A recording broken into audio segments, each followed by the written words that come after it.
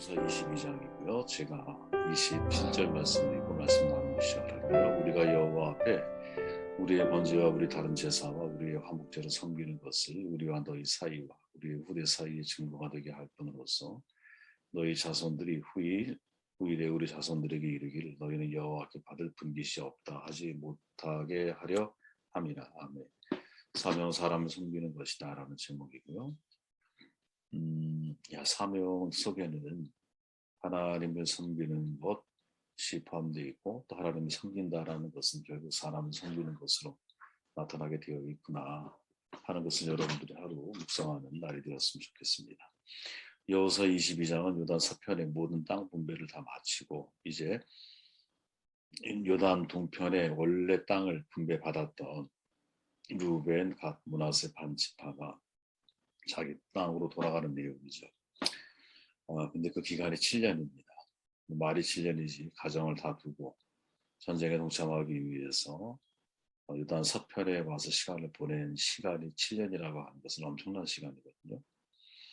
여호수아는 그들이 지난 오랜 기간을 자기 책임을 다한 것을 칭찬하고 많은 보상을 하고 축복하며 보내줍니다. 그들은 자기 땅으로 돌아가는 길에 이제 요단 언덕에서 화목과 연합을 위한 제단을 만들었는데 문제는 그 당시 신명기에 있는 말씀처럼 그들은 한 곳에 모여서 제사를 드려야 됐잖아요. 그러니까 길갈이죠. 왜 성막이 거기에 있으니까 다른 지파가 그것을 우상 숭배로 오해하면서 서로 위기를 만나요. 전쟁이 벌어질 뻔했어요. 근데 그 오해가 이해로 바뀌면서 화해를 이루어 가죠. 이 과정이 우리에게 전해주는 교훈이 뭘까? 이 과정에서 우리가 얻을 수 있는 교훈이 뭘까? 이 질문을 가지고 묵상을 시작을 합니다. 2절 3절 말씀을 제가 다시 읽어볼게요. 너희가 내 말을 순종하여 오늘까지 날이 오래도록 너희가 형제를 떠나지 아니하고 오직 너희 하나님 여호와께서 명령하신 그 책임을 지키도다. 아멘. 사명은 사람을 섬기는 거다라는 거죠. 여호수아 이스라엘 백성이 7년에 걸쳐서 가나안 땅을 정복을 했거든요. 땅 분배를 다 마쳤어요. 우리가 지난 시간 말씀 나눴지만 레위 지파의 분배를 통해서 하나님이 안식을 주시죠. 이제 정돈이 됐어요. 7년간 정복 전쟁에 참여했던 요단 동편의 두 지파 반, 루벤 반, 므낫세 반, 이제 4만 명을 그들이 분배받은 땅으로 이제 돌려보내는 상황이죠. 여호수아는 그냥 보내지 않아요. 그들이 요단 동편에서 가족을 남겨두고 10년 동안 떠나왔거든요. 떠나는 정도로 끝난 게 아니라 성경에 보면 그들이 하나님 말씀에 철저하게 순종하고 아주 성심껏 다 지켰다 이렇게 이야기를 하거든요. 여호수아의 이야기를 한번 직접 들어보세요, 여러분. 당신들은 주님의 종 모세가 당신들에게 명령한 것을 모두 지켰고 대단한 거죠, 그죠? 또 나에게 순종하여 그러니까 모세에게만 순종하는 것이 아니라 나에게까지 당신은 순종했습니다. 내 말까지 지켰습니다. 근데 어느 정도 모든 것을 다 지켰습니다. 이렇게 말하죠. 당신들은 오늘날까지 이렇게 오랫동안 당신들의 결례를 저버리지 않고 민족의 어려움, 또 민족의 해결해야 할 문제에 대해서 등지고 살아가는 게 아니죠. 철저하게 그 일에 동참해서 그 결례가 자기 자리를 잡아갈 수 있도록 돕는 역할을 하고 있다는 거예요. 주 당신의 하나님이 명하신 것을 성심껏 다 지켰습니다. 이렇게 말하죠. 그들은 모세의 명령을 지키고 여호수아의 명령까지도 모두 다 지켰어요. 정말 짧은 두 문단이지만 철저하고 정성스럽게 순종을 하고 있는 모습을 확인하게 되죠. 실은 아까 말씀드렸듯이 7년이나 가족을 잃고 요단 동편에 가족을 두고 전쟁터를 누비고 다니는 거 얼마나 가족들이 그리웠겠어요, 여러분. 그죠? 우리가 군대 남자친구들 2년 3년만 갔다 와도 벌써 집 떠나면 고생이라고 집 떠나는 순간 집이 그립거든요. 근데 이제 나의 가족뿐 아니라 나의 아내 또 나의 자식들이 다 이쪽에 있어. 나는 반대편에 와서 전쟁을 치르고 있어. 이게 언제 끝날지 사실은 모르겠어. 기약 없는 시간을 7년을 무려 보내는 동 이게 얼마나 힘들고 어려운 일이겠어요. 그죠? 자, 그들이 이미 자신들의 기업이 확정된 상태라는 사실을 여러분 기억할 필요가 있다고 봐요. 그죠? 이미 내 기업은 확정이 됐어. 처음에는 그래서 참여하기를 꺼렸잖아요. 그죠? 근데 모세의 이야기를 들은 후에 우리의 선택이 옳지 않다라고 판단하고 적극적으로 참여를 약속을 하죠. 그리고 그 약속을 7년 동안 신실하게 지켜냅니다. 그리고 그 약속은 여호수아에게도 그대로 지속이 되죠. 그 약속은 당신들이 오늘날까지 이렇게 오랫동안 당신들의 결례를 저버리지 않고 동료들이 정착할 때까지 그들을 끝까지 도와주는 거였어요. 아까 말씀드린 대로 자신의 미래가 보장된 가운데 전쟁의 위험에 뛰어든다는 것은 결코 쉬운 선택이 아니거든요. 동시에 자기 땅을 확보하기 위한 전쟁이 아니잖아. 이거 지금 내 땅을 얻기 위한 게 아니야. 나는 땅을 이미 확보했어. 네, 동료의 땅을 얻기 위한 거야. 그 의미가 대단히 다른 거예요. 그럼에도 불구하고 형제를 돕고 억지로 가식으로 하지 않고 진심으로 그들을 도와주고 있다. 야, 이 속에서 우리에게 전해지는 교훈이 뭘까? 지금 이 두 지파 반의 입장에서는 그 사명으로 받아들이고 있는 거죠. 그죠? 7년 동안 나는 이미 땅이 확보가 됐는데 형제 문제에 대해서 외면하지 않고 내가 형제를 사랑하고 형제를 돕기 위해서 기꺼이 나의 희생을 자처하며 나아갈 수 있는 것. 야, 사명이란 결국 사람을 섬기는 거구나. 사람을 섬기는 거구나.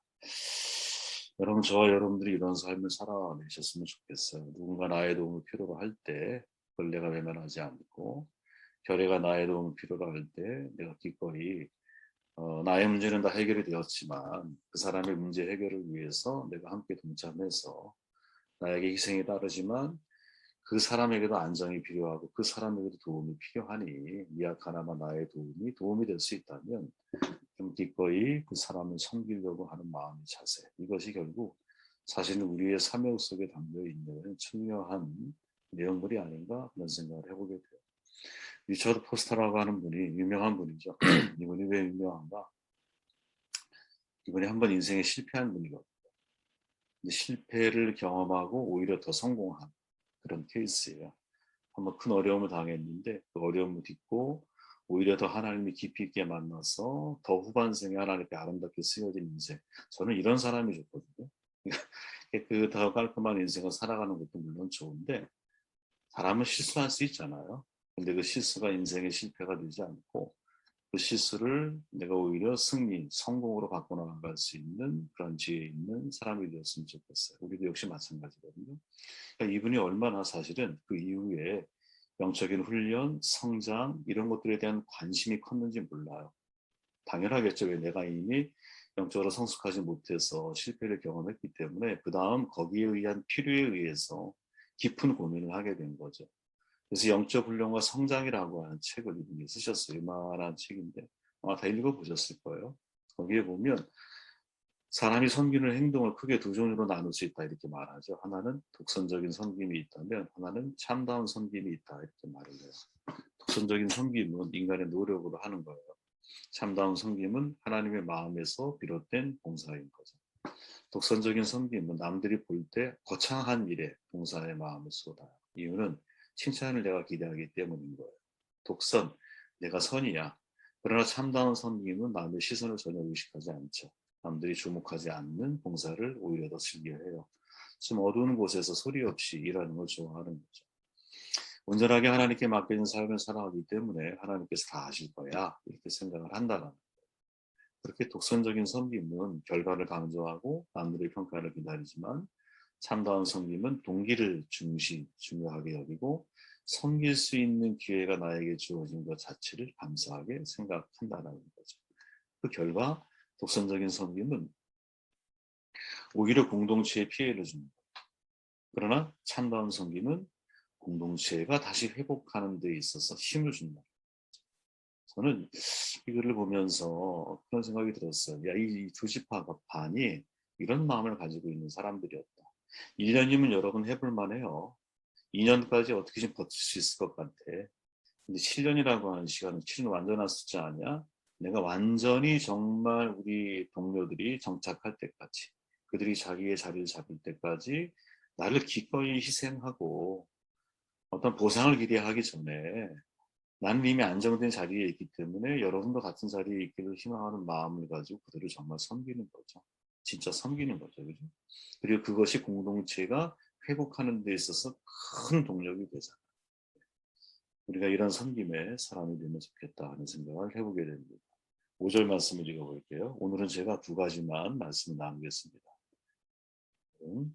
나머지 하나는 여러분들이 읽어보세요. 5절. 오직 여호와의 종 모세가 너희에게 명령한 명령과 율법을 반드시 행하여 너희의 하나님 여호와를 사랑하고 그의 모든 길을 행하며 그의 계명을 지켜 그에게 친근히 하고 너의 마음을 다하여 성품을 다하여 그를 섬길지니라 하고 아멘. 사명은 하나님을 섬기는 거죠. 연장선에 있는 거라고 말하죠. 지금 여호수아는 그들을 요단 동편 장막으로 돌려보내면서 다음과 같이 명령을 해요. 이제 생각해 보세요. 요단강을 건너왔잖아. 이게 요단강이야. 이제 이쪽에 요단 동편에 두 지파 반이 땅을 확보했어 이미. 그죠? 루벤, 므낫세 반지파, 갓 이렇게 해서 땅을 확보했어. 요단강을 건넜잖아. 그죠? 이쪽에 이제 남은 9지파 반이 땅을 형성을 한 거야. 자기 자리를. 그리고 므낫세 반지파도 중간쯤에 땅을 확보했어요. 근데 문제는 요단강을 건너왔기 때문에 이쪽 지역과 이쪽 지역이 마치 남북이 갈라지듯이 서로가 신앙을 같이 공유하고 유지한다는 게 말처럼 쉬운 일이 아니었다라는 거예요. 그죠? 그러니까 여호수아는 그들을 돌려보내면서 사실은 뭐라고 말하냐 이 얘기를 해주는 거야. 지금 야 너희들 거기 가서도 하나님을 사랑하고 그의 모든 길을 행하고 계명을 지켜 하나님을 친근하게 해 마음과 성품을 다해서 그를 섬겨야 돼. 아주 어떻게 보면 이때 이제 여호수아가 나이가 사실 많이 먹었잖아요.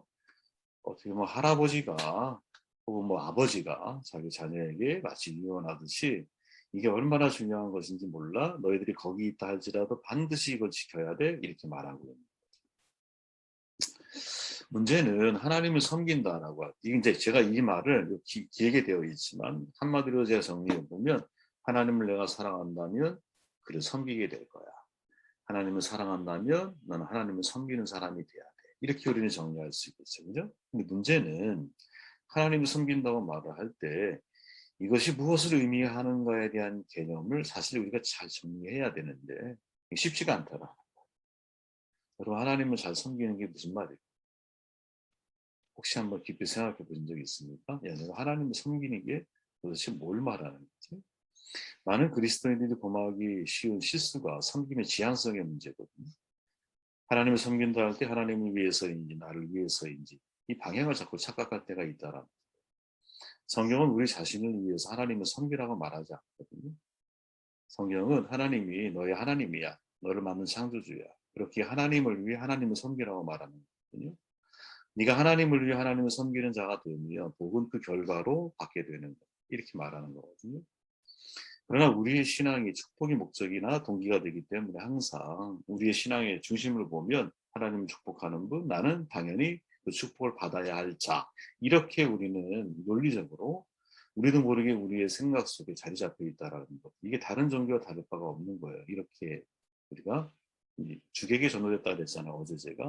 어제 제가 6월절 이야기하면서 여러분 예수님이 하신 말씀, 제자들이 이제 유대인의 6월절이라고 사도 요한이 강조해요.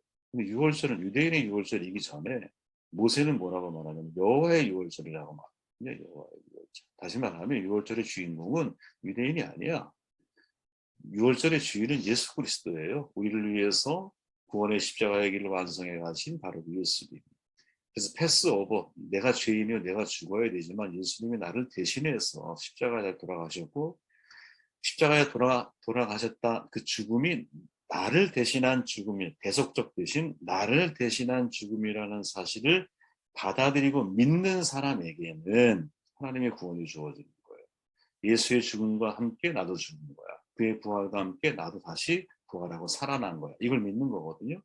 그러면 일사부재리의 원칙에 의해서 하나의 죄로 인해 심판을 받아 죽음을 당하게 되는 여러분 같은 죄로 그 사람을 심판할 수 없어요. 사탄의 입장에서 놓고 보면 나는 이미 예수 안에서 죽은 사람 또 다시 살아난 사람이기 때문에 사탄이 나에 대해서 자신의 고난, 사망을 행사할 수가 없다는 거야.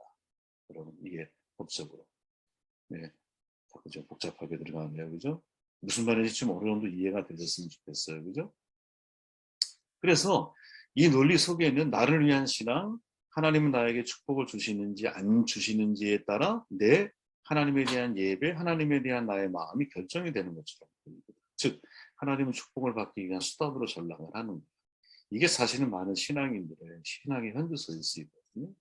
그러나 무엇보다 중요한 그리스도인의 사명은 뭐냐? 하나님을 섬기는 거라. 하나님을 섬기는. 자, 그러면 하나님을 어떻게 섬기는 게 진짜 신앙입니까? 하나님을 섬긴다라는 걸 우리가 어떻게 이해해야 할까? 물론 구약이든 신약이든 다양한 내용들을 우리가 접할 수 있겠지만 오늘 이 본문에서 여호수아가 말하는 것은 세 가지로 정리할 수 있죠. 여호수아가 말하는 것 자체 그의 모든 길로 행하여. 하나님이 여러분 길이라는 것을 기억하는 게 섬기는 거야. 하나님이 길이다. 이게 무슨 말이냐면 하나님이 인생의 해답이라고 하는 확신을 여러분들이 가져야 한다는 거죠. 그럼 하나님이 길이에요. 하나님이 우리의 인생의 해답을 가지고 계신 분이에요. 아니, 더 정확히 말하면 하나님의 해답이신 거예요. 세상에 다양한 길이 있잖아요. 넓은 길이 있어요. 좁은 길도 있어요. 평탄한 길이 있다면 고난의 길도 있어요. 내가 가고 싶은 길이 있다면 가고 싶지 않은 길도 있어요. 다양하게 표현할 수 있어요. 근데 어떤 길이 좋은 길일까? 답은 너무 간단하거든요. 어떤 길이든 넓고 좁고의 문제도 아니고 평탄과 고난의 이 문제도 아니고 가고 싶고 가고 싶지 않고의 문제도 아니야. 어떤 길이 좋은 길이냐? 그 끝에 생명이 있으면 좋은 길이에요. 그죠? 그 끝에 구원이 있어야 좋은 길이에요. 자, 여러분 좁은 길을 가라. 내 좁은 길로 갔어. 근데 그 좁은 길을 열심히 가다 보니까 끝에 생명이 없어. 그냥 사망으로 끝나. 하나님이 없어. 하나님이 없다는 거야. 하나님이 없는 길은 아무리 넓고 좁은 길이든 평탄한 길이든 고난의 길이든 그 길은 나쁜 길인 거죠. 그러니까 진짜 우리가 하나님을 섬긴다라는 게 뭐냐? 하나님이 내 모든 인생의 해답을 가지고 계신 분입니다. 라는 믿음을 내가 가지고 있느냐? 여호수아가 하는 말이죠. 그의 계명을 지켜. 생각해 보세요. 하나님이 인생의 해답이라고 생각하는 사람은 당연히 하나님의 말씀이 내 삶의 지침이 될 수밖에 없는 거예요. 그게 섬김인 거예요. 누구에 대한? 하나님에 대한 우리의 섬김인 거예요. 인생의 생활 지침 정말 중요하잖아요. 지침이 있는가 없는가에 따라 상황이 완전히 달라져요. 여러분, CPR인가요? 사람이 죽어가. 맥박이 안 뛰어. 심장이 안 뛰어. 그럼 어떻게 해야 돼? 이거를 1단계, 2단계, 3단계로 할 수 있는 사람이 있으면 살아날 가능성이 있지만 지침을 아는 사람은 이걸 할 수 있는 사람이 없다면 이 사람은 살아날 가망이 사실 없는 거잖아. 지침의 중요성이거든요. 인생도 마찬가지예요. 우리 인생을 어떻게 살아야 하는가에 대한 지침을 가지고 있는 사람과 없는 사람이 어떻게 같은 결과를 만들어낼 수 있어. 인생의 해답이 하나님이다. 그러면 당연히 하나님이 하신 말씀 속에서 내 인생의 해답을 찾는 길이 있는 거지. 당연히 말씀이 나에게 중요한 의미가 있는 것이고 그 말씀을 실험하는 것이고 그 말씀의 결과를 내가 경험하고 그 결과가 나를 승리하게 만들 거라고 하는 확신을 가지고 인생을 살아야 되는 거죠. 마음을 다해 성품을 다해 그를 섬길지니 헬라어 원문에 충실하게 번역을 해보면 디아코니아, 이 섬김이 디아코니아잖아요. 이것을 세 글자로 표현하면 섬김이, 두 글자로 표현하면 하이, 한 글자로 표현하면 종이에요. 자발적인 노예가 되는 이게 진짜 하나님의 섬김이라는 거예요. 그런데 여기서 한 걸음 더 들어가 보면 구약에서 섬기다라고 하는 히브리어가 아바드라고 하는 단어예요. 이 히브리어 기억 안 해도 돼요. 내용이 뭐냐? 구체적인 사랑의 실천 행위를 가리키는 거거든요. 우리가 하나님을 사랑하는 이유? 요한에 의하면 하나님이 먼저 우리를 사랑하셨기 때문이야. 아바드라고 하는 말은 그 사랑에 눈을 뜨게 되면 우리가 하나님의 사랑에 대한 응답으로서 구체적으로 섬김이라고 하는 모습으로 나타나게 되어 있다. 여러분 하나님을 사랑하세요? 이 문제는요. 보이지 않는 하나님에 대한 사랑, 우리 눈에 안 보이잖아. 말 그대로 안 보이잖아. 사랑은 안 보이잖아. 그런데 보여요. 어떻게 보여? 사람 사랑으로 보인다라는 거지. 사람 사랑. 이게 아바디의 의미예요, 여러분. 그러니까 하나님에 대한 사랑은 사랑이라는 것은 눈에 안 보일 것 같은데 아바드라는 말 속에 담겨 있는 의미는 그게 보인다라는 거예요. 어떻게? 구체적인 실천 행위로. 근데 그 실천 행위가 뭐냐? 그게 섬깁니다. 그게. 그래서 예수님께서 내 이웃을 내 자신과 같이 사랑하라고 말씀하신 이유가 뭐냐? 야, 네가 하나님을 사랑해? 네가 하나님을 섬기는 삶이 뭔지 알아? 그거는 눈에 보이지 않는 것 같지만 영이시니까 하나님 안 보이잖아요. 그죠? 예배 잘 드리고 교회 열심히 다니고 이러면 정말 하나님을 사랑하는 것처럼 보이잖아, 우리가 볼 때. 근데 하나님이 우리에게 말씀하시는 하나님을 사랑하는 모습은 사람 사랑이라고 해요. 사람을 섬기는 모습으로. 그것이 구체적인 행위로 드러나게 되어 있다. 이렇게 말하는 거죠. 정리해 볼게요. 하나님을 인생의 해답으로 삼는 것. 말씀을 삶의 지침으로 삼는 것. 내 마음과 성품, 의지. 이 성품은 의지를 말하는 거예요. 의지를 동원해서 하나님에 대한 사랑이 구체적으로 사람을 섬기는 것으로 나타나는 것. 이게 하나님을 섬기는 거라는 거지. 마지막 세 번째는 여러분들 어려운 내용이 아니고 한번 읽어보시기를 바라고요. 정리해보면 야, 이제 루벤, 갓, 므낫세 반 지파를 7년 동안 그들이 이스라엘 다른 형제 지파들이 정착하는 과정에 7년을 희생을 했어요. 말이 7년이지 여러분 쉬운 게 아니라 그랬죠. 네. 나는 이미 땅을 확보했는데 다른 사람을 위해 내가 7년을 가족을 버려두고 그들을 돕고 있는 거야. 이건 굉장히 어려운 결단이거든요. 거기에 대한 칭찬을 여호수아가 해요. 그러면서 그들에게 있어서 간곡히 부탁하는 게 하나님을 너희들이 사랑하고 하나님을 섬기는 사람이 돼야 된다. 이렇게 말을 해요. 근데 이때의 섬김은 사람을 사랑하고 섬기는 거고 이거로 확인되어지는 거고. 근데 이 두 가지를 아주 잘 이루었던 사람이 누구? 그 두 지파 반 사람들이라는 거지. 저 여러분들이 이런 삶을 살아낼 수 있기를 주의